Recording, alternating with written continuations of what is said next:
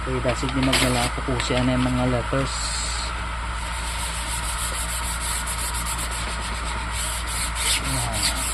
Na so ara na nice and easy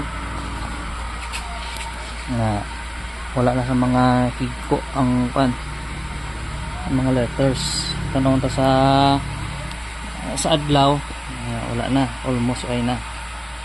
So next ano si Poton ang mga tinta ng mga sobra sa kilid tapos na ang mga tunga ang pangilihid naman ang tanong na magdararamol wala na sa kurang kung hindi siya makuha.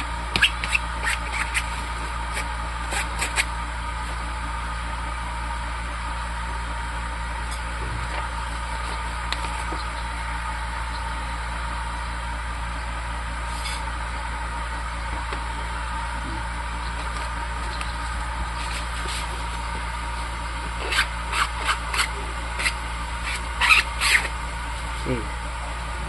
After that, tapos na.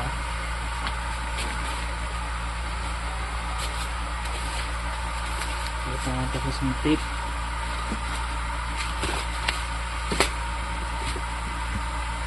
Sipan ko yung portion na wala papel.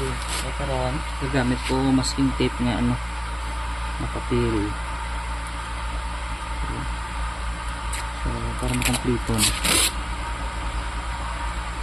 Mulong na so kamalon ta na anay after mga 1 hour kay ang klima subong malamig humid kaya kita di air dryer nga dala air blower para basta magmalakay kung gainit ni bulat pa lang ni 15 minutes walang wala. Okay. So itagid nga wala overlapping para nga nag-overlap uli para nga hindi gid maglapos ang tinta. Guys, thank you for watching. Follow for more.